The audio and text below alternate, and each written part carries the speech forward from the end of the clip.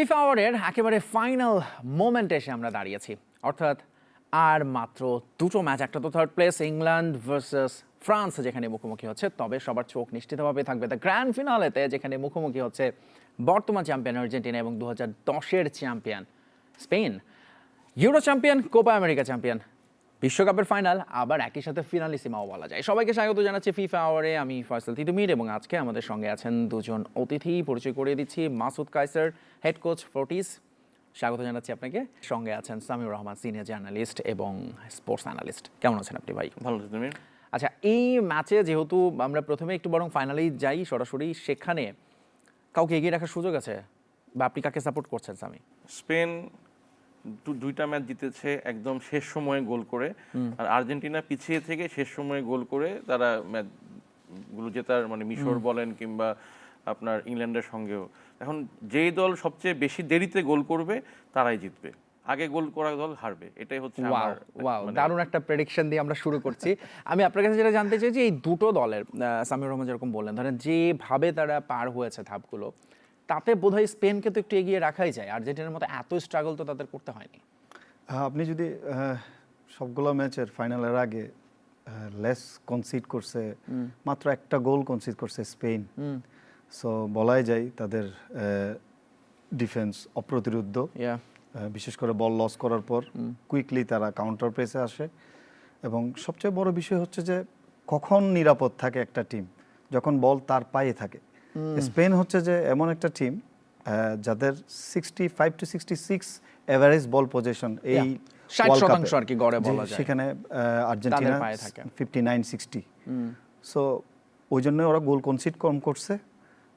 But Argentina আমরা বারবার দেখে আসছি লাস্ট দুইটা ওয়ার্ল্ড কাপে, এই বছরের সবগুলা ম্যাচেই একদম নির্ঘাত হেরে যাচ্ছে ওইখান থেকে। কিভাবে লিওনেল মেসি নামক, আমরা তাকে নিয়ে বিশ্লেষণ না করার কোনো স্কোপ আর নাই, সে বুঝিয়ে দিয়েছে সব সময় সে কি মানের ফুটবলার। সো যেখানে মেসি আছে সেখানে যে কোনো কিছু হইতে পারে, বাট স্পেন অপ্রতিরোধ্য, ডে বাই ডে ওয়ার্ল্ড কাপে বেটার ফুটবল খেলে আসছে এবং অনেক সাহসী এই জন্য বলছি, ওরা ওদের যেই ট্রেন্ড বল পজিশনে রেখে অ্যাটাক করা এবং অনেকটা বার্সেলোনা স্টাইলেই আসলে কন্ট্রোল করা ম্যাচটাকে, সো ওরা সেটা করে আসতেছে। একটা ইনফরমেশন না দিলেই না, মাঝে মধ্যে আমরা সোশ্যাল মিডিয়ায় এনিবডিস ম্যাচ, আমরা মাঝে মধ্যে সোশ্যাল মিডিয়ায় একটা স্কোর কার্ড দেখি, স্পেন 6 আর্জেন্টিনা 1। সেই স্কোর কার্ডটা হচ্ছে এই দু দলে যখন সব শেষ দেখা হয়েছিল 2018-তে। এরপরে আসলে কোপা হয়েছে, ইউরো হয়েছে, দুটো দলই চ্যাম্পিয়ন হয়েছে তাদের নিজেদের মহাদেশের। এরপর গত ফেব্রুয়ারিতে হওয়ার কথা ছিল ফিনালিসিমা, ফাইনালি ওয়ার্ল্ড কাপ ফাইনালে এই দুটো দলের দেখা হচ্ছে সামি।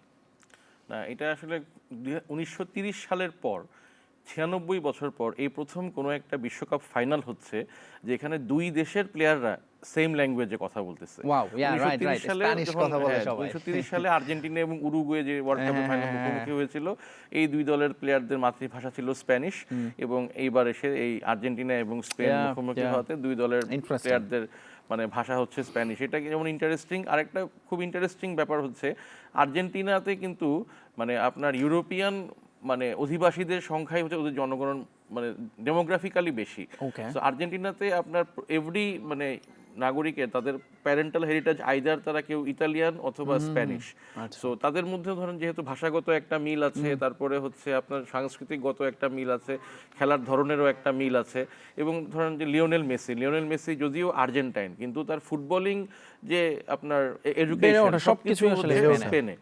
তো ওই লিওনেল মেসিকে কেন্দ্র করে স্পেনের মানে ধরেন যে আপনার আর্জেন্টিনার যে টিমটাকে তারা যে প্ল্যানটা স্কালোনি সাজিয়েছেন, এবং শুধু স্কালোনিও দেখেন, সে যখন প্রফেশনাল কোচ হওয়ার জন্য কোচ ট্রেনিং করতে চায় তখন সে কিন্তু স্পেনে এসেছে, এবং এই যে স্পেনের ন্যাশনাল টিমের যে কোচ এই যে লুই দে লা ফুয়েন্তে, সে তখন রয়্যাল স্প্যানিশ ফুটবল ফেডারেশনের আন্ডারে একজন কোচ, এবং সে যে কোচিং কোর্সেস করিয়েছে তার আন্ডারে স্কালোনি ছিল একজন স্টুডেন্ট। এই যে দুটো ব্যাপার মানে দেশের মধ্যে এত কালচারাল মিল, হ্যাঁ, এইটা মনে হয় ধরেন যে এই মাঠে দুই দলের খেলার মধ্যেও এইটা প্রভাবটা খুব স্পষ্ট, এবং এইটা ধরেন যে একটা ডিফারেন্ট একটা চ্যালেঞ্জ মানে ফাইনালের মধ্যে পজেস করবে আর কি। নিশ্চয়ই, যেহেতু কোচদের কথা হলো, দুই মাস্টার মাইন্ড আমাদের সঙ্গেও একজন কোচ আছেন। স্কালোনি বিশ্বকাপ জয়ী কোচ এবং আর্জেন্টিনাকে 36 বছর পর শিরোপা এনে দিয়েছেন, পুরো দলটাকে এক করেছেন বলা হয়, স্কালোনির একটা বড় ক্রেডিট তো আছে। এবং এই কোচিং প্যানেলে আপনি দেখেন সেখানে পাবলো আইমারের মতো আর্জেন্টিনার লেজেন্ডরা আছেন, ডেলা ফুয়েন্তে যিনি, তিনি স্পেনের অনূর্ধ্ব 19, 20, 21, 23-এর কোচিং করে এখন ন্যাশনাল টিমের দায়িত্বে আছেন। সো স্ট্র্যাটেজিক্যালি আপনি যদি চিন্তা করেন দুই কোচের মধ্যে আসলে নিশ্চয়ই সেটারও একটা লড়াই হবে ট্যাকটিক্যালি। অবভিয়াসলি গত 2 দিন ধরে যেটা ভাইয়া বলতেছিলেন যে শিক্ষক আর ছাত্রের মধ্যে টেকটিক্যাল লড়াই হবে, মূল বিষয় হচ্ছে যে স্পেন আর্জেন্টিনা একটা জায়গায় এগিয়ে আছে, সেটা হচ্ছে যে world cup back to back final খেলতেছে। এনভায়রনমেন্ট বলেন, আপনার মানে মানসিক intensity বলেন, অবস্থায়, এবং আর্জেন্টিনার যে স্কোয়াডটা খেলবে 11-এ সম্ভবত সেম লাস্ট ইয়ারও তারা মানে এইবারে যে সবাই 26 জনের স্কোয়াড, তার মধ্যে 17 জনই গত ওয়ার্ল্ড কাপে জেতার স্বাদ পেয়েছেন। 11 এর মোটামুটি সবাই থাকবে, সবাই থাকবে, হয়তো সিমিওনে যদি আজকে খেলেন, সিমিওনে যদি না থাকে সবাই থাকবে, বাট আগে পরে সবাই থাকবে। আপনি পাশাপাশি আবার স্পেনকে যদি আমরা দেখি, ডেফেন্তে জয়েন করার পরে, স্পেনে যোগ দেওয়ার পরে আপনার ইউরো কাপ সে উইন করছে। সবচেয়ে বড় বিষয় হচ্ছে লাস্ট 36 ম্যাচেস তার অপরাজিত। টিমটাকে সে একদমই অপরুদ্ধ করে রাখছে। এবং দুই কোচের একটা জায়গায় বড় মিল, সেটা হচ্ছে যে তাদের যে ড্রেসিং রুমটা, দুই কোচ অসাধারণভাবে ড্রেসিং রুমটা সামলাচ্ছে এবং খুবই ভালো পরিবেশ আছে। সো টেকনিক্যালি ভিন্নতা থাকে এবং থাকবে। আমরা আর্জেন্টিনার কয়েকটা ম্যাচে আমরা দেখলাম যে কোনো উইঙ্গার বেস ফুটবলার ছিল না, একদম বক্স মিডফিল্ড রেখে অ্যাটাকিং। মেসি আছে, মেসিকে দিয়ে মূল অ্যাটাকিংটা সাজাইছে, বাট বক্স মিডফিল্ডাররা অ্যাটাকিং ডিফেন্ডিং দুইটাই সামলাইছে, বাট কোনো উইঙ্গার ছিল না। বাট পাশাপাশি নিকো উইলিয়াম সবগুলো ম্যাচে লামিন ইয়ামাল ডান দিকে থাকলে নিকো উইলিয়াম লেফট সাইডে। যদিও তার ইনজুরির সঙ্গে বেশ তাকে লড়াই করতে হচ্ছে। শুধুমাত্র ইনজুরির কারণে, বিশ্বকাপের আগে ইনজুরির কারণে সে ওয়ার্ল্ড কাপের ম্যাচগুলো সে মিস করতেছে। বায়ানা খেলতেছে, বায়ানো শুধু একটা জায়গায় অমিল, বাকি সব পজিশনে ঘুরে ফিরে এই 3-4 বছর এই টিম স্কোয়াডটাই ফুয়েন্তে পাইছে। তো বলা যায় দুইজনের কাছে এই দুইটা দল একদম জানাশোনা এবং ওদের নিজস্ব ঘরানায় তৈরি করছে। ওকে, দু দলের খেলার স্টাইলও কি আপনার কাছে মনে হয় যে কাছাকাছি, নাকি দুটো দলের খেলার স্টাইল একেবারে ডিফারেন্ট? কি বলবেন? যেরকম ধরেন ফ্রান্স আর স্পেনের আমরা জানি যে পুরোই ডিফারেন্ট ছিল। আপনার দুই দলই বল পজিশনে রেখে এগোতে চাই, বাট লাস্ট কয়েকটা ম্যাচে যেটা দেখা গেছে, আর্জেন্টিনা সেন্ট্রালি মুভমেন্ট করার চেষ্টা করছে। হঠাৎ করে ফুলব্যাক খুব কমই, রাইট সাইডে মলিনা কম আসে, বাট মেসি ওই রাইট ফ্ল্যাঙ্কটা মেসিকে দিয়ে ইউজ করানোর চেষ্টা করছে মাঝে মধ্যে ডিপল ইউজ হয়েছে, বাট লেফট সাইড লেফট ব্যাকটা শুধু ওঠানামা করছে। বাট অন্যদিকে ফ্লুয়েন্ট ফুটবল যেটা স্পেন খেলে, বল পজিশন বেস সারা মাঠ ব্যাপী, এখানে সেন্ট্রালি ট্রাই করে, ওরা উইং বেসও ট্রাই করে, এবং ওদের উইং ব্যাক গুলো অসাধারণ কোকোরেয়া এবং পাশে পেদ্রো পোরো, আর্জেন্টিনার দুই উইং ব্যাকের চেয়ে অনেক নিশ্চয়ই, এবং সেই জায়গাটাই বরং আজকে হয়তো কিছু চেঞ্জ করলেও করতে পারেন স্ক্যালোনি। বাট দিন শেষে এই ফাইনাল ম্যাচটা কি সামি এরকম বলা যায় যে লড়াইটা হচ্ছে আর্জেন্টাইন অ্যাটাক, যেখানে আলভারেজ, লিওনেল মেসিরা রয়েছেন, তার সঙ্গে বেসিক্যালি স্পেনের মিডফিল্ড এবং ডিফেন্সার? তুমি আর্জেন্টিনার অ্যাটাকের চাইতেও কিন্তু অনেক শার্প, অনেক লিথাল ছিল ফ্রান্সের অ্যাটাক। বাট সেই অ্যাটাকটাকে স্পেনিশ টিম তারা পুরোপুরি কিন্তু শিল্ড করে ফেলেছিল হচ্ছে সেমিফাইনালে। স্পেনের যে মিডফিল্ডের ফ্যাবিয়ান রুইজ, রোদ্রি, এরা মিলে কিন্তু এই মাইকেল ওলিসেকে এমনভাবে তারা শিল্ড করলো যে ওলিসের কাছ থেকে 20 বার তারা বল স্ন্যাচ করছে টোটাল ম্যাচে। এবং একটা সময় গিয়ে দেখেন এই যে দেশাম কিন্তু 77তম মিনিটে ওলিসেকে তুলে নিল, ওলিসেকে দিয়ে তার আর ম্যাচে পারপাস সার্ভ হচ্ছিল না, তাই না? তো এটাই আমার কাছে মনে হয় যে আর্জেন্টিনার এগেনস্টে কিন্তু স্পেনের মানে ইয়েটা, যে আপনার ওরা তো মিডফিল্ড থেকে মিড ব্লকে খেলে, যে ওরা ওই ডাবল পিভট পদ্ধতিতে খেলার কারণে দেখেন যে ডিফেন্ডারদের আগে দুইটা মিডফিল্ডারই হচ্ছে অ্যাটাকটা ইনিশিয়েশন স্টেজেই হচ্ছে ব্লক করে দেয়, তো এরপর পর্যন্ত আসতেই দেয় না বেশিরভাগ ক্ষেত্রে। তো সেইটা আর্জেন্টিনার সঙ্গেও তারা হয়তো অ্যাপ্লাই করবে। আর আমার কাছে যেটা মনে হয় যে ধরেন আর্জেন্টাইন ফরওয়ার্ডরা কিন্তু আপনার ফ্রেঞ্চ প্লেয়ারদের চেয়ে একটু স্লো, তারা বয়সেও একটু বেশি। আমার কাছে যেটা ভয়ের, যে আর্জেন্টিনা কিন্তু অনেক মানে ফেরোসাস ফুটবল খেলে। তারা সেমিফাইনালে প্রথমার্ধে ওরা 13টা ফাউল করেছে। Yeah, yeah. হ্যাঁ, এবং তারা যে স্পেনের যে টিমটা ইয়াং একটা টিম, সব বাচ্চা বাচ্চা ছেলে পেলে 19 বছর 22 বছর 23 বছর, জেনজি টিম সোজা কথা। হ্যাঁ, আর আর্জেন্টিনা হচ্ছে এক্সপেরিয়েন্সড এবং সবগুলো প্লেয়ারও দেখবেন তাদের এভারেজ বয়স 29, প্লেয়ারও অনেক মাসকুলার, হ্যাঁ, অনেক হেভিলি বিল্ড, এবং তারা ফিজিক্যাল ফুটবল খেলে প্রয়োজন হলে। অনেক ফিজিক্যাল ফুটবল খেলে। হ্যাঁ, তো এই যে জিনিসটা যে ফার্স্ট 45 মিনিটে ওরা এই বাচ্চা বাচ্চা প্লেয়ারদেরকে মনে করেন ফাউল টাউল করে, লাথি মেরে, ট্যাকল করে, মানে এলবো চার্জ করে, এটাই করে এমন একটা ভয়ের মধ্যে ফেলে দিতে পারে। এবং যেহেতু ফাইনাল, তাহলে ব্রেন ফেড একটা মোমেন্ট। অফকোর্স সেটাও একটা স্ট্র্যাটেজি হতে পারে কোচের, বাট সেটা নিয়ে সেসব নিয়েও কথা হবে। এবং সবচেয়ে বড় কথা হচ্ছে আর কয়েক ঘন্টা পরই মাঠে নামছে ইংল্যান্ড এবং ফ্রান্স, তৃতীয় স্থান নির্ধারণী ম্যাচ, সেটা নিয়েও কথা বলবো। আমাদের সাথেই থাকবেন। একটা বিরতির সময় হয়ে গেছে ফিফা আওয়ারে।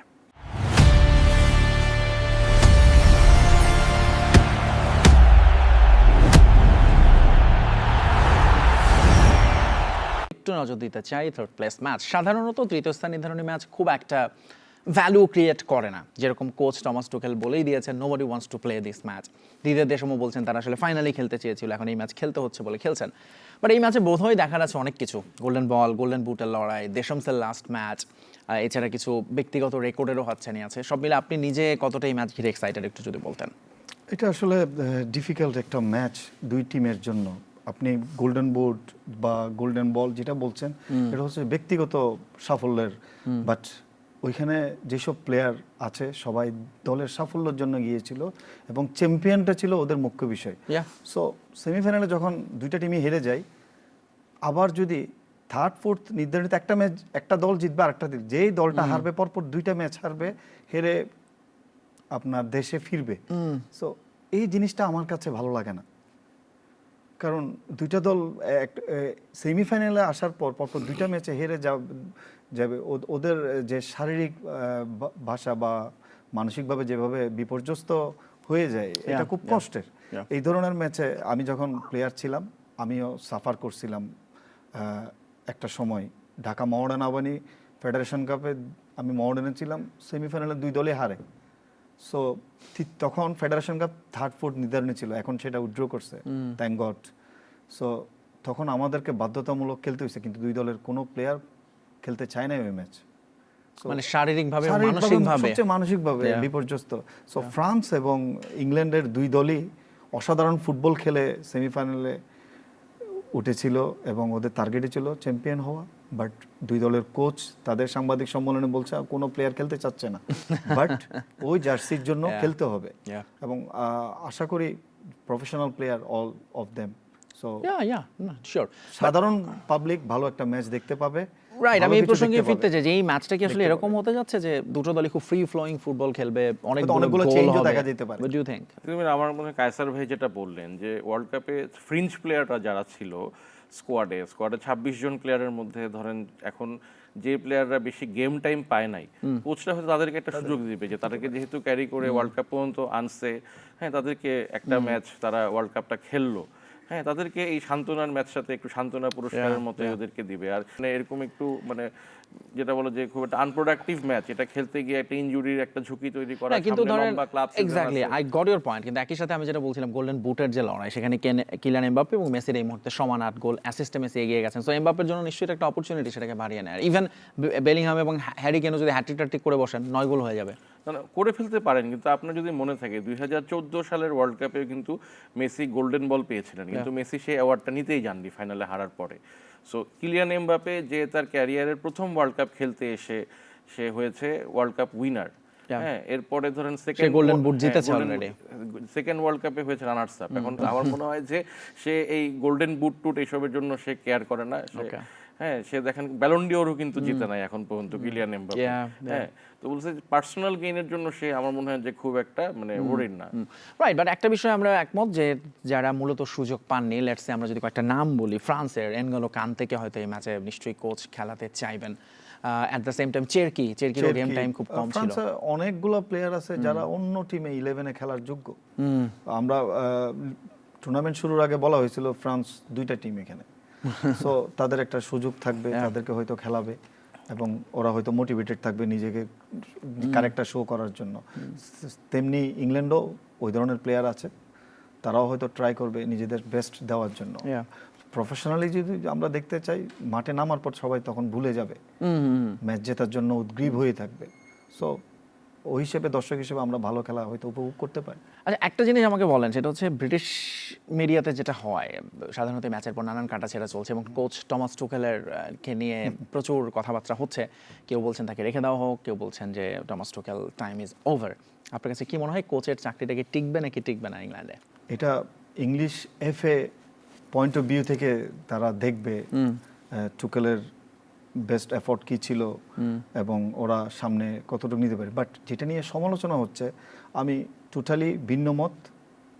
সেটা হচ্ছে যে সবাই বলতেছিল, ইংল্যান্ডের এক্স প্লেয়ারও বেশি বেশি বলতেছিল যে শেষের দিকের রক্ষণ যে মনোভাব, কোচের ট্যাকটিক্স, ওই কারণে হয়তো আর্জেন্টিনা জেতার সুযোগ পাইছে। বাট আপনি যদি উল্টা দেখেন, নিল না, সে অ্যাটাকিং ফুটবল খেললো, তারপরও হারলো, তখন কি বলতেন আমরা? সো কোচ হিসেবে ম্যাচ হারলেই সমালোচনা আসবে। বাট টুকেল এমন একজন সাহসী কোচ, সাহসিকতা দেখাইছে এই ওয়ার্ল্ড কাপ, বিশেষ করে দল নির্বাচনে। সে তার যে বৈশিষ্ট্য, যে প্রিন্সিপাল, ওটা ঠিক রাখছে সবসময় এবং সে ট্রাই করছে বেস্টটা দেওয়ার জন্য। ইংল্যান্ড সেমিফাইনালে গেছে এবং ভালো ফুটবল খেলে সেমিফাইনালে যোগ্য টিম থেকে পরাজিত হয়ে ইংল্যান্ড আউট হয়েছে। তো টুকেলকে আমরা অবশ্যই ধন্যবাদ দিতে হবে এবং আমার মনে হয় ইংল্যান্ড কন্টিনিউ করলে আরো বেটার হবে। কেমন টুকেল এখন সবকিছু জানে এবং ব্যাক টু দ্য ব্যাক পরবর্তী প্রজন্ম যারা আছে, আন্ডার 23, আন্ডার 19 সবকিছু মিলিয়ে নেক্সট ওয়ার্ল্ড কাপের জন্য Tuchel one of the best performer হইতে পারে। রাইট, আমার মনে হয় যে একটা এক্সাইটিং ম্যাচ হতে যাচ্ছে অফকোর্স ইংল্যান্ড এবং ফ্রান্সের মধ্যকার। অনেকগুলো গোল হওয়ার একটা সম্ভাবনাও আছে এই ম্যাচে। তবে আমাদের সময় হয়ে গেছে আরও একটা বিরতির। ফিফা আওয়ারে সাথেই থাকবেন, ফিরে এসে কথা বলবো আবারও final match Messi versus Yamal নিয়ে। ফিরছি একটু পর, সাথেই থাকুন।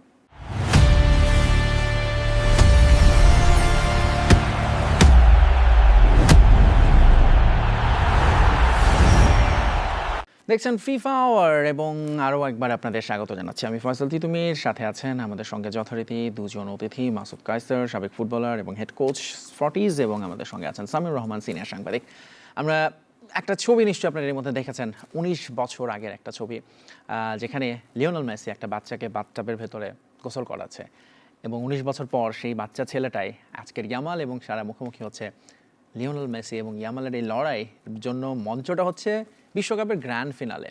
কি বলবেন সামি? ডেস্টিনি কিছুটা মিথোলজি, যে গ্রিক মিথোলজি, যে গতকালকে ক্রিস্টোফার নোলানের ওডিসি রিলিজ হলো। গ্রিক মিথোলজিতে আপনার এই যে হেক্টরের একটা ইয়ে আছে, সরি একিলিসের একটা ইয়ে আছে, তার মা থেটিস তাকে একটা পবিত্র নদীতে গোড়ালি পর্যন্ত ডুবিয়ে গোসল করিয়েছিল। এই কারণে তার পুরো শরীর ছিল হচ্ছে আর্মার্ড আর কি, কোনো ইয়ে লাগতো না। জাস্ট তার মা যে গোড়ালিটুকু ধরছিল ওইটুক শুকনা ছিল দেখে ওইটুকের মধ্যে মানে তীর লাগলে তার মৃত্যু হবে, এরকম একটা ব্যাপার ছিল। তা আমার কাছে মনে হচ্ছে ওইরকম একটা মিথোলজিক্যাল একটা মনে করেন যে ইয়া হচ্ছে আর কি, যে মেসি যাকে ওইরকম একটা শাওয়ার না হয়েছিল সে এখন ফাইনালে তার নেমেসিস হয়ে যাচ্ছে। ইন্টারেস্টিং। এই ম্যাচটা of course Argentina versus Spain, but একই সাথে আমার মনে হয় লিওনেল মেসি যদি আমরা আবারও ধরি এটাই তার শেষ বিশ্বকাপ, শেষ ম্যাচ, সেক্ষেত্রে ইয়ামাল অফকোর্স ব্যাটনটা নিশ্চয়ই নিতে চাইবেন লিওনেল মেসির কাছ থেকে। না, অবভিয়াসলি ফুটবল যার যার দলের জন্য সে সর্বোচ্চ দিবে এবং মেসিও রেসপেক্ট করছে গতকালকে সাংবাদিক সম্মেলনে। Lamine Yamal one of the greatest footballer হতে যাচ্ছে এবং এই ওয়ার্ল্ড কাপে ফাইনালও সে তার বেস্টটা দেওয়ার চেষ্টা করবে। বাট সতর্কবাণী, মেসির মতো প্লেয়ার বলতেছে লামিন ইয়ামালের জন্য সর্বোচ্চ সতর্ক থাকবে আর্জেন্টাইন ডিফেন্ডাররা। সো আমরা উপভোগ করব যে বেস্ট ফুটবলটা লামিন এবং মেসির। আশা করি ভালোই তৈরি হবে। বাট শেষ পর্যন্ত কি মনে হয় যে এই ম্যাচের আসলে মূল ফ্যাক্টর বা পার্থক্য করে দিতে পারেন লিওনেল মেসি, যেভাবে তিনি গত ম্যাচগুলোতেও দিয়েছেন? এটা তো 2022-এর ওয়ার্ল্ড কাপেও তাই, এবং এখন পর্যন্ত আর্জেন্টিনা এই ওয়ার্ল্ড কাপে যতগুলো ম্যাচ খেলেছে সবগুলোতেও প্রথম 3-4টা ম্যাচে তো শুধু মেসিই গোল করতেন। হ্যাঁ, এরপর এখন মেসির অ্যাসিস্ট, তাই না? মেসির অ্যাসিস্ট ছাড়া বোধহয় মানে মেসি নিজে গোল করেছেন কিংবা মেসি অ্যাসিস্ট করেছেন, এর বাইরে আর্জেন্টিনার বোধহয় গোল সংখ্যায় পুরো টুর্নামেন্টে এখন পর্যন্ত একটা বা দুইটা, হয়তো জিওভানি লে সলসোর একটা ফ্রি কিক, এরকম। তো এটাই বোঝা যাচ্ছে যে আর্জেন্টিনা দলে মেসির ইম্প্যাক্ট কতখানি।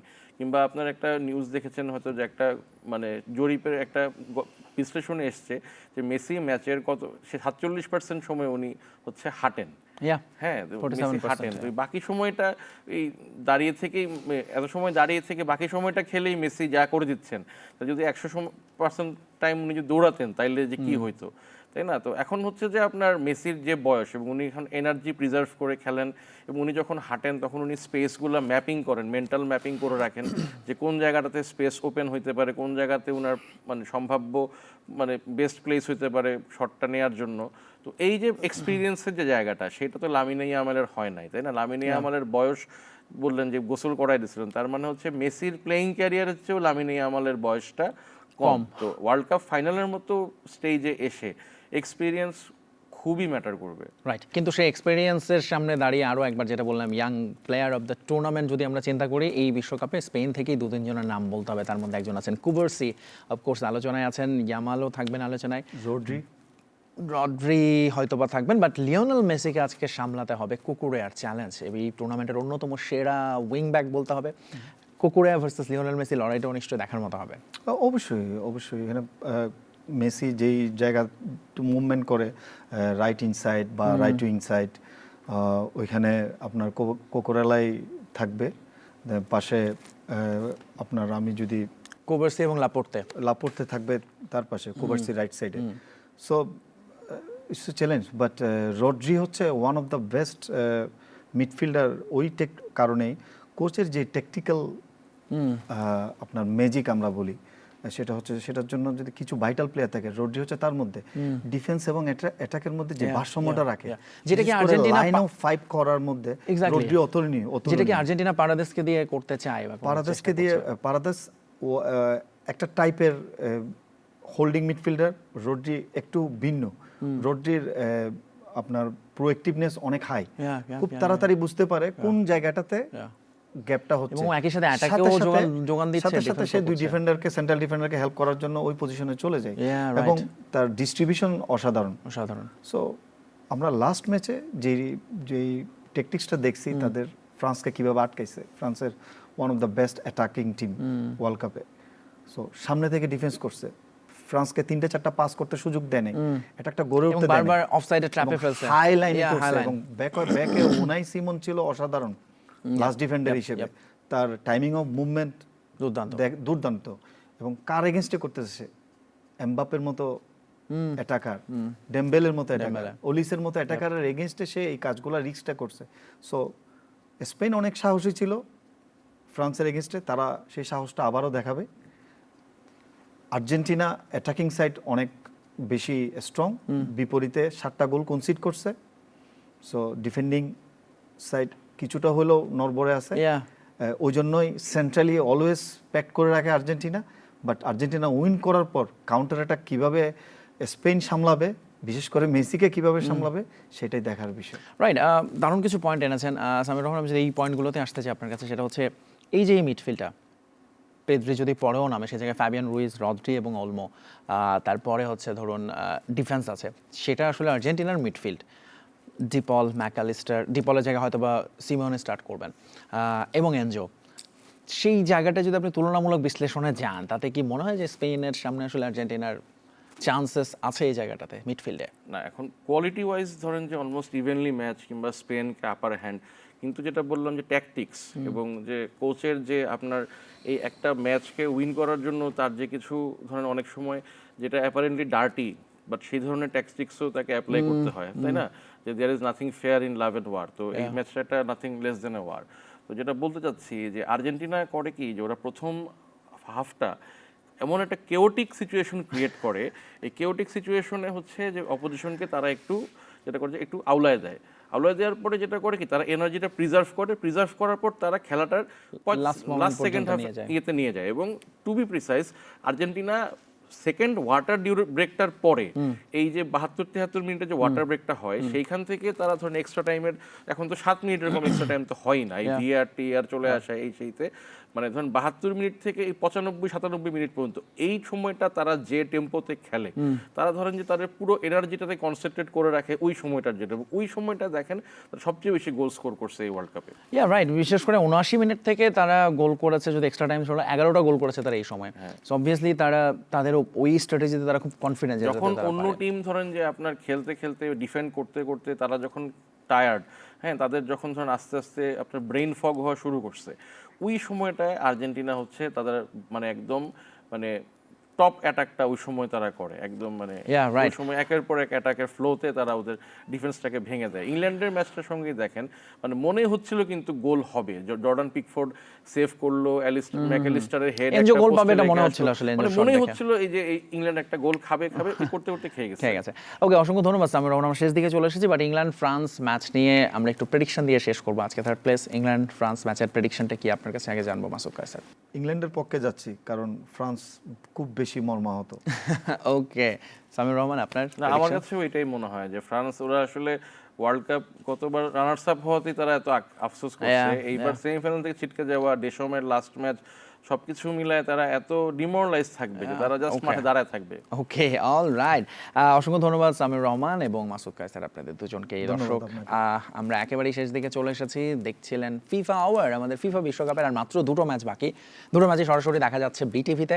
আমাদের সাথেই থাকবেন। আজকের মতো আমরা বিদায় নিতে চাই, তবে দেখা হচ্ছে কিন্তু আগামীকাল গ্র্যান্ড ফিনালের সামনে রেখে আর্জেন্টিনা ভার্সেস স্পেনের সেই মহাকাব্যিক ম্যাচ নিয়ে আরও কথা হবে। আমি ফয়সাল তিতুমির আজকের মতো বিদায় নিচ্ছি। ভালো থাকবেন, শুভকামনা।